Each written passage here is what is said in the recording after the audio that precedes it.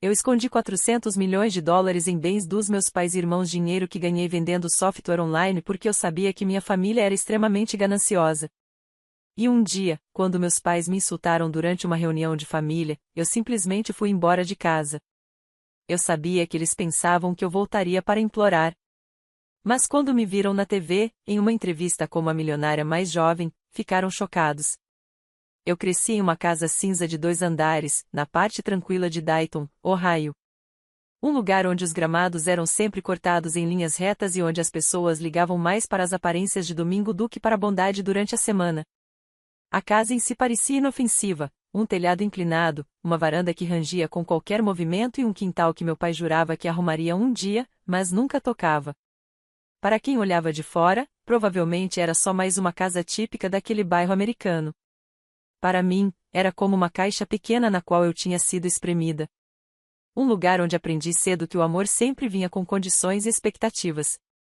Dentro daquela casa viviam meus pais, Mark e Denise, minha irmã mais velha, Emily, meu irmão mais novo, Lucas, e eu, Janice Parker, a criança que nunca se encaixou na imagem perfeita que eles gostavam de mostrar ao mundo.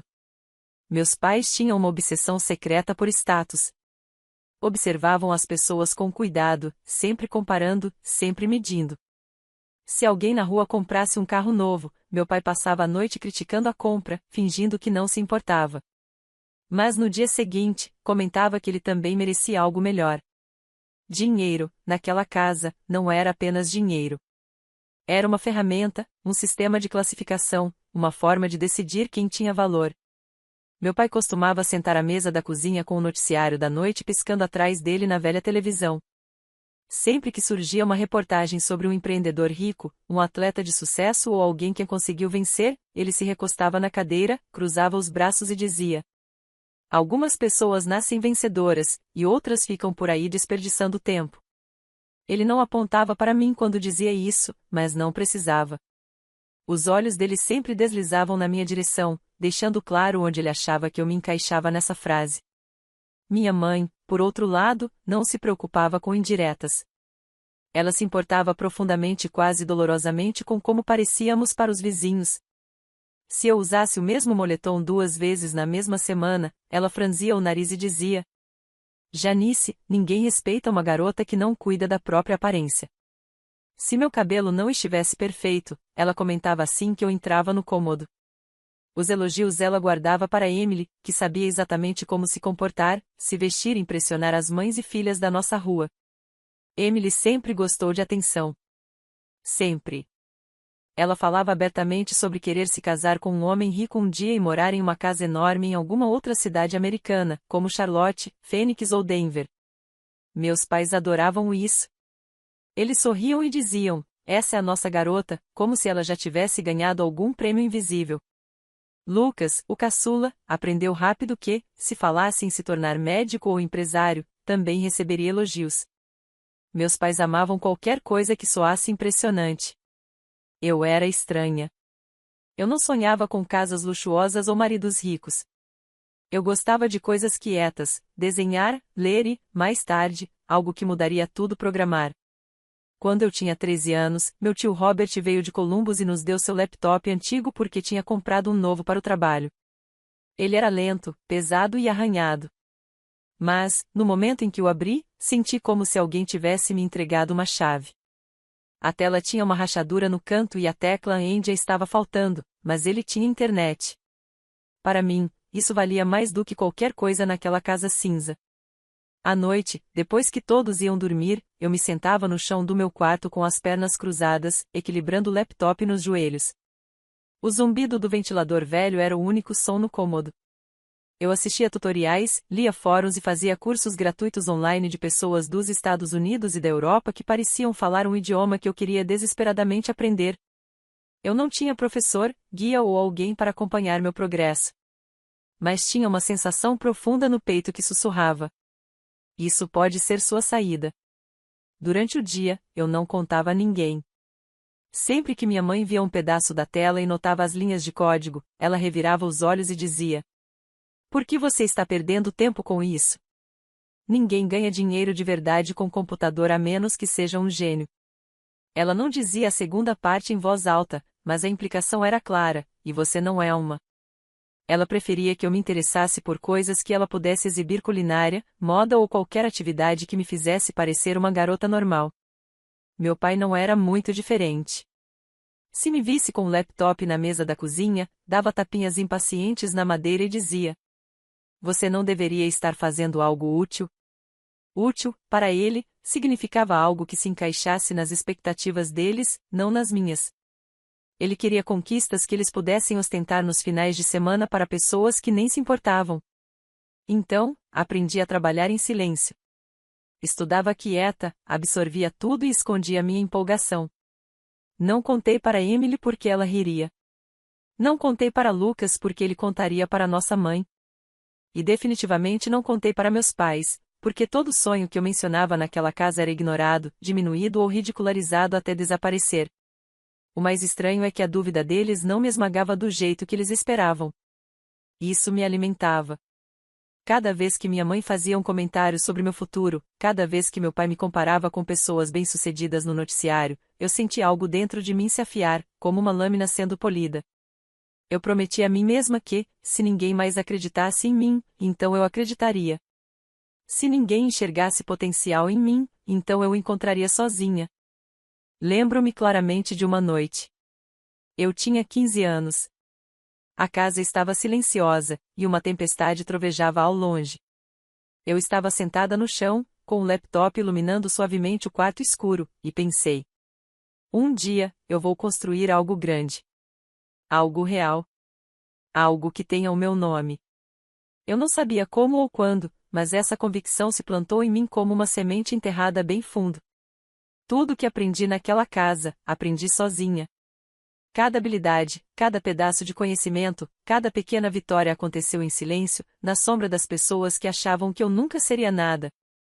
Elas não sabiam que, enquanto mediam meu valor pelos padrões estreitos delas, eu estava construindo lentamente um tipo diferente de futuro que elas não podiam imaginar e muito menos mereciam reivindicar. Olhando agora, percebo que a casa cinza onde cresci não me deixou pequena. Ela apenas tentou. O que ela realmente fez foi me empurrar para a vida que tenho hoje.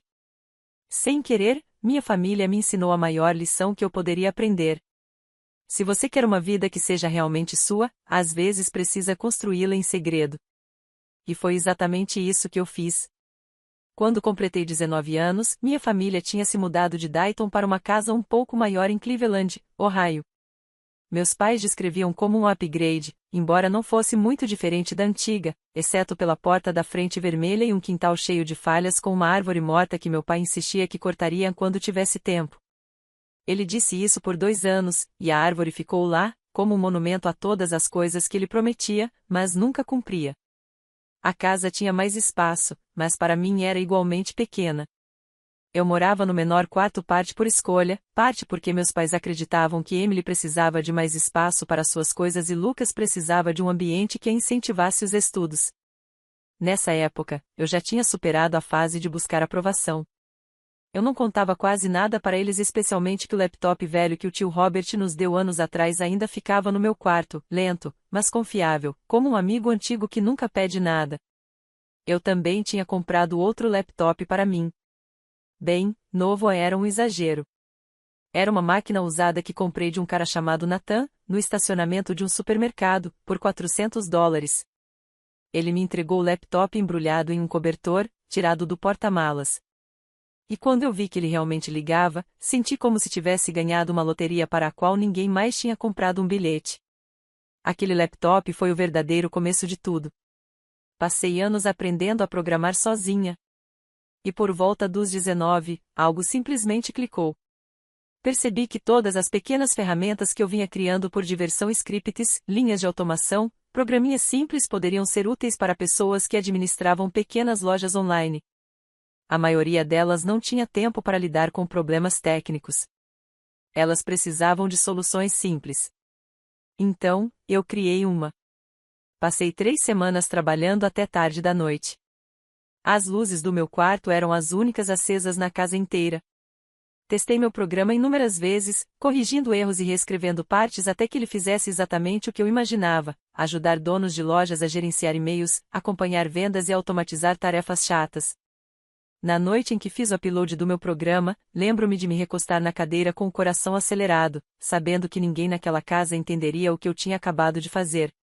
Coloquei o preço de $19 por mês, porque parecia justo e porque eu sinceramente duvidava que alguém compraria. Mas 2 pessoas se inscreveram na primeira semana. Eu fiquei parada, encarando a tela enquanto a notificação chegava. $119, e eu congelei. Para qualquer outra pessoa, era um valor pequeno. Para mim, parecia que o universo tinha aberto uma porta secreta e sussurrado. Entre. Aquela primeira venda me mudou. Ainda não era sobre o dinheiro. Era sobre validação. Um estranho achou que o que eu construí tinha valor. Um estranho acreditou em algo que eu criei, algo que minha própria família nunca demonstrou interesse em conhecer. Lembro de ficar sentada de pernas cruzadas na minha cama, olhando para aquele número minúsculo até as lágrimas embaçarem a tela. Era a prova de que eu não era invisível. Comecei a ouvir meus usuários com atenção. Uma mulher de Denver, Colorado, chamada Sophie, me enviou uma mensagem dizendo: "Isso me poupa tanto tempo. Você deveria cobrar mais." Eu li essa frase umas 100 vezes. Ninguém nunca tinha me dito que meu trabalho valia mais. Então, aumentei o preço primeiro para $39, depois $59, depois $99. E o mais surpreendente foi que os cadastros continuaram chegando. Logo, lojas de Nova York, Chicago e Los Angeles estavam usando meu produto. Depois, lojas de Londres e outras cidades da Europa o encontraram também. Ele se espalhou quietamente, como um segredo sussurrado atrás de portas. Não contei nada à minha família não porque eu quisesse esconder naquela época, mas porque eu já sabia exatamente o que eles diriam. Minha mãe zombaria da ideia de alguém pagar por um truquezinho de computador. Meu pai diria que empregos de verdade exigiam credenciais de verdade. Emily debocharia. Lucas daria de ombros. Então, fiquei em silêncio, construindo meu mundo sozinha. Quando minha receita atingiu 6 dígitos, percebi que precisava de ajuda no lado legal e financeiro. Procurei um advogado chamado Marcus King, em Austin, Texas, que já tinha ajudado outros pequenos fundadores na área de tecnologia. Quando cheguei ao escritório dele, ele ficou genuinamente confuso. Achou que encontraria alguém mais velho. Quando pedi o meu documento e percebeu que eu mal tinha 20 anos, levantou uma sobrancelha, mas não questionou os números. Os números falavam por si. Ele me ajudou a preencher toda a papelada para criar a Parker Systems LLC. E quando ele terminou, recostou-se na cadeira e disse: "Você sabe que está sentada em algo enorme, certo?" Eu não respondi, porque a verdade é que eu não sabia. Eu tinha medo demais de assumir qualquer coisa. Quando completei 21 anos, meu software ultrapassou $1 milhão em vendas anuais. Vi o número aparecer no meu sistema de contabilidade numa manhã, enquanto eu estava sentada no pequeno apartamento que alugava em Cleveland. Coloquei a mão sobre a boca porque não sabia se ria ou gritava. Ninguém sabia. Nem Emily, nem Lucas, nem meus pais. Eles ainda falavam de mim como se eu estivesse vagando pela vida sem ambição. Ainda me comparavam ao caminho seguro de Emily ou ao potencial promissor de Lucas.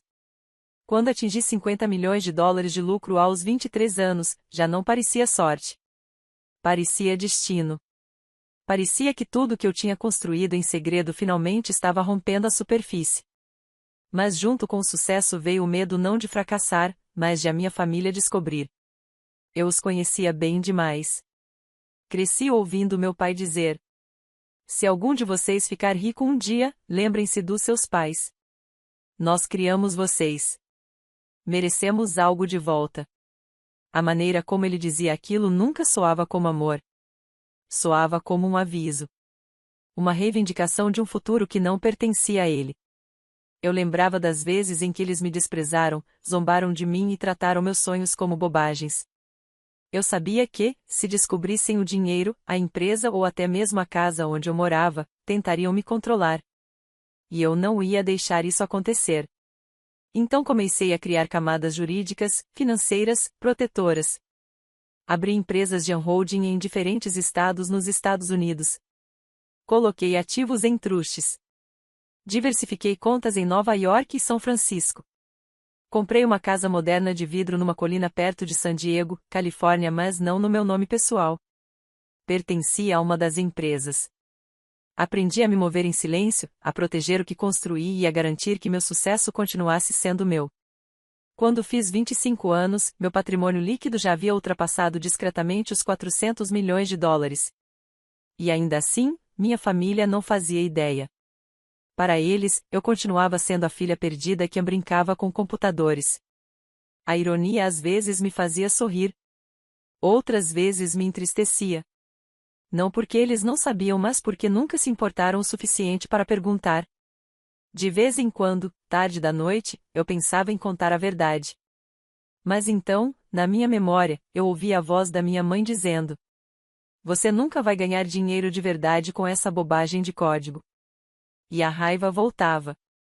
Não uma raiva que queimava, mas a que esclarecia. A que me lembrava porque construía uma segunda vida, uma vida que eles jamais poderiam reivindicar. Então mantive os 400 milhões de dólares escondidos, não por rancor, mas por autoproteção. Não era o dinheiro que eu estava escondendo.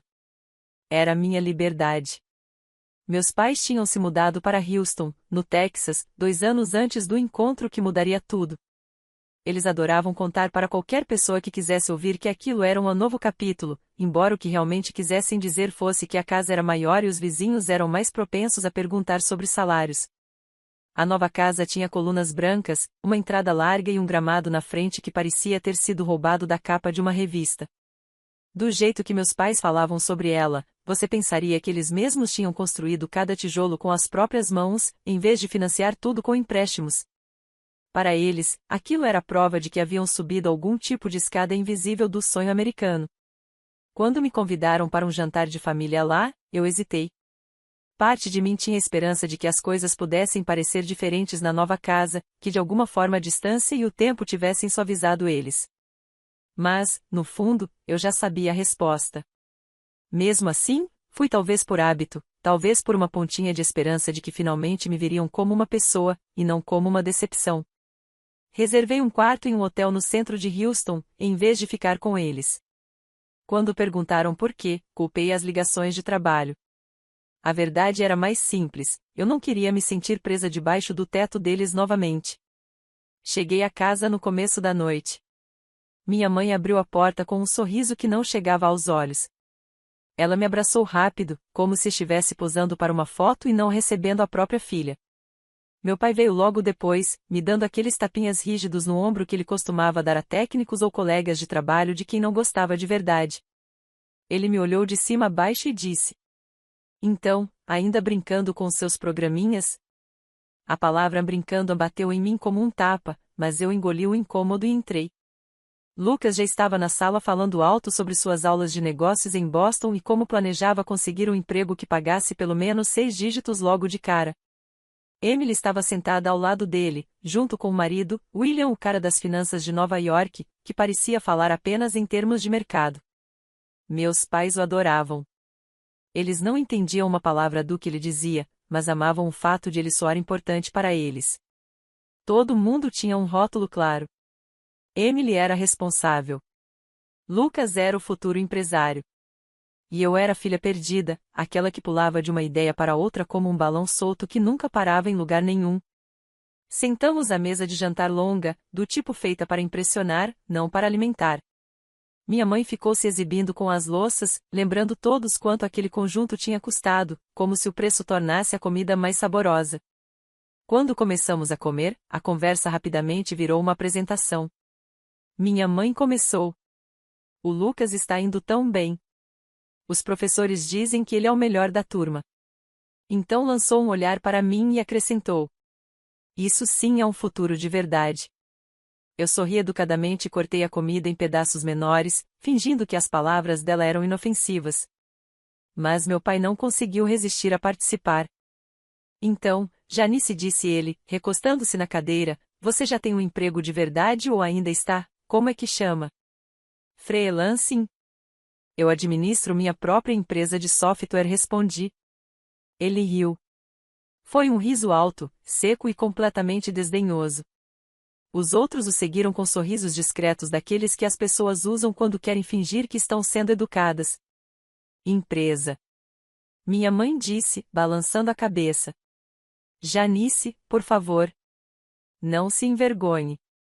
Você pode ser honesta com sua família. Eu senti o ambiente se fechar ao meu redor, cada comentário apertando as paredes mais um pouco. Lucas fungou rindo dentro do copo. Emily olhou para o prato, mas o leve sorriso nos lábios disse tudo. Fiquei ali, em silêncio, sentindo a raiva começar a ferver no ponto mais profundo de mim. Não uma raiva explosiva, mas uma fria, lenta, do tipo que deixa tudo dolorosamente claro. Vocês não fazem ideia do que eu faço, eu disse baixinho. Nunca perguntaram. Só julgaram. Meu pai revirou os olhos dramaticamente, como sempre fazia quando eu me desviava do roteiro que ele esperava. Ah, começa não com seu drama. Você mora num apartamentinho qualquer, né? Nem consegue ajudar nas despesas da família. Se tivesse algo de verdade acontecendo, já teria provado. Ele não fazia ideia de que eu podia ter quitado a casa deles, comprado a casa ao lado e ainda sobraria dinheiro para comprar uma mansão em San Diego. Não sabia que a cadeira onde ele estava sentado valia menos do que eu ganhava em um único minuto. Mas eles nunca quiseram saber. Só queriam medir. Então minha mãe disse a frase que quebrou o último fio que ainda existia entre nós. Nós nos preocupamos com você, Janice. Você está quase com 30 e ainda é um peso. Criamos uma perdedora. Só estou sendo honesta. Um silêncio caiu sobre a mesa. Até Lucas parou de sorrir. Todos olharam para mim esperando lágrimas ou talvez um pedido de desculpas. Meu coração batia rápido, mas minha voz saiu estranhamente calma. Coloquei o guardanapo sobre a mesa, com cuidado, e me levantei. Eu não sou um peso, disse. Não sou uma perdedora. E não sou mais problema de vocês. Minha mãe franziu a testa.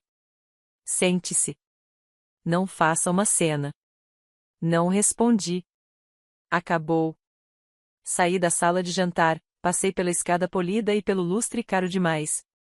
Ao pisar lá fora, o ar quente de Houston me envolveu como liberdade. Entrei no carro alugado e voltei para o hotel. Não chorei. Não gritei. Só senti uma clareza avassaladora, aquela que chega quando você finalmente para de fingir. No quarto do hotel, arrumei minha mala em silêncio. Reservei o voo mais cedo para San Diego, onde minha casa de vidro me esperava, meu verdadeiro lar, construído com meu esforço, minhas ideias e minha independência. Na manhã seguinte, quando o avião decolou, olhei lá embaixo para a imensidão dos Estados Unidos se espalhando sob mim. Meu peito parecia leve, quase oco, mas não de um jeito doloroso. Era o tipo de vazio que você sente quando finalmente remove algo muito pesado. Eles acham que eu vou rastejar de volta, sussurrei para mim mesma. Eles acham que eu preciso deles. Eles não fazem ideia de quem eu sou. E, pela primeira vez na vida, percebi que nunca fariam. 2 anos depois de sair da casa dos meus pais em Houston, eu estava sentada na sala ensolarada da minha casa de vidro, com vista para as colinas de San Diego, Califórnia. O Pacífico se estendia à minha frente como uma promessa azul e calma, o tipo de promessa que eu nunca tinha recebido enquanto crescia. As paredes eram quase todas janelas e, quando eu as abria, o ar tinha cheiro de sal, calor e liberdade. Era o primeiro lugar onde eu morava que realmente parecia meu, pago pela minha mente, não pelas expectativas da minha família. Naquela altura, minha empresa tinha crescido de maneiras que eu jamais poderia ter previsto aos 19 anos, sentada no meu quarto minúsculo em Cleveland. Eu tinha equipes em Miami, Seattle e Dallas. Todas formadas por pessoas que acreditavam no produto e em mim. Nosso software era usado por milhares de empresas nos Estados Unidos e na Europa. E, mês após mês, os números só subiam. Investidores mandavam e-mails pedindo reuniões. Jornalistas queriam entrevistas. De repente, parecia que todos queriam um pedaço da história que eu tinha construído em silêncio. Meu patrimônio já tinha ultrapassado os 400 milhões de dólares, cuidadosamente distribuídos entre empresas, trusts e investimentos diversificados. Eu havia aprendido a construir não só software, mas proteção, paredes legais, estruturas financeiras e distância de qualquer coisa ou pessoa que pudesse ameaçar o que eu criei. Tudo era limpo, sólido e meu. Eu não tinha mais medo de alguém tirar isso de mim, nem mesmo da minha própria família. Numa tarde, enquanto revisava um contrato de um parceiro de Londres, minha assistente encaminhou um e-mail. Um famoso canal de negócios de Nova York queria me entrevistar como uma das mais jovens milionárias self-made do setor de tecnologia. A apresentadora, Claire Jensen, era conhecida por conversar com gigantes da indústria, fundadores cujos nomes apareciam em revistas e listas da Forbes. E agora ela queria falar comigo. Eu aceitei. 2 semanas depois, voei para Nova York. Cheguei ao estúdio usando um vestido preto simples e tênis brancos. Sem grifes, sem acessórios chamativos. Eu não precisava mais de roupas para falar por mim. Claire me recebeu com um sorriso acolhedor enquanto sua equipe posicionava as luzes. Ela tinha uma presença tranquila, do tipo que faz as pessoas quererem dizer a verdade. Sabe, ela disse pouco antes de entrarmos no ar, a maioria das pessoas da sua idade não está sentada em centenas de milhões de dólares. Deve ter alguma história aí. Eu devolvi o sorriso e respondi. Ah, eu tenho. Então a luz vermelha da câmera acendeu. Claire virou-se para a lente e me apresentou com uma confiança que até me surpreendeu. Hoje, temos aqui Janice Parker, fundadora da Parker Systems, uma das empresas de software que mais cresce nos Estados Unidos. Aos 27 anos, ela já vale mais de 400 milhões de dólares. Por um momento, imaginei meus pais sentados na sala de estar em Houston, assistindo à entrevista do mesmo jeito que assistiam a todos os programas sobre pessoas bem-sucedidas. Meu pai adorava segmentos de tecnologia e entrevistas com empreendedores ricos. Ele respeitava desconhecidos na TV mais do que jamais tinha respeitado a mim. Claire perguntou sobre meus começos, meu produto, meu crescimento. Depois se inclinou para a frente e fez uma pergunta que eu sabia que viria. Como foi sua infância? Sua família apoiou sua jornada? Respirei fundo e olhei diretamente para a câmera. Não para Claire, nem para o público, mas para a versão de mim mesma que um dia sentou em um quarto pequeno em Dayton, curvada sobre um laptop rachado. Eu cresci em um lugar onde me diziam que eu nunca seria nada, eu disse. Me chamavam de peso morto, de fracasso. Mas eu encontrei um laptop, encontrei o código, e construí algo mesmo assim. Claire suavizou a expressão. Sua família te apoiou? Não respondi, mantendo a voz estável. Eles não apoiaram. Mas às vezes a falta de apoio vira combustível. Aprendi a confiar em mim quando ninguém mais confiava. A entrevista continuou com conversas sobre linhas de produtos, estratégias de contratação e minha decisão de investir em mulheres jovens entrando na tecnologia. Falei sobre oferecer bolsas e recursos, não como caridade, mas como crença. Era libertador falar sobre dar aos outros o que eu nunca tinha recebido. Quando a entrevista terminou, voltei para meu hotel em Midtown. Meu celular não parava de vibrar. Primeiro vieram mensagens da minha equipe, comemorações, parabéns, capturas de tela da transmissão. Depois mensagens de investidores, depois antigos colegas de escola, e por fim os nomes que eu já esperava ver mais cedo ou mais tarde. Mamãe. Papai. Emily. Lucas. Eu não respondi. Eles ligaram de novo e de novo. Coloquei o telefone virado para baixo e fui tomar um banho demorado. Quando voltei, a tela estava coberta de notificações.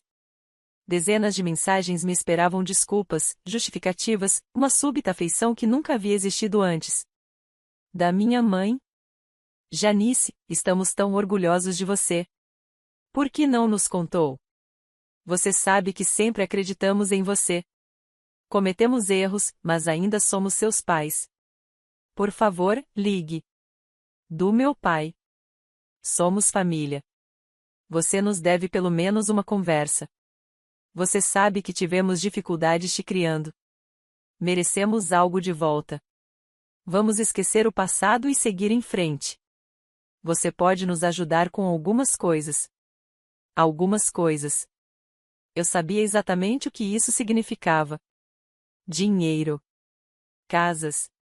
Status. Qualquer coisa que os fizesse parecer bem diante dos outros. Sentei na beira da cama, respirando devagar, deixando as emoções assentarem. Então comecei a digitar. Vocês me chamaram de perdedora. Disseram que eu era um fardo. Zombaram do meu trabalho. Desprezaram meus sonhos. E agora que me viram na TV, de repente eu tenho valor para vocês. Eu me lembro de tudo. Eu não sou o plano reserva de vocês. Eu não devo nada a vocês.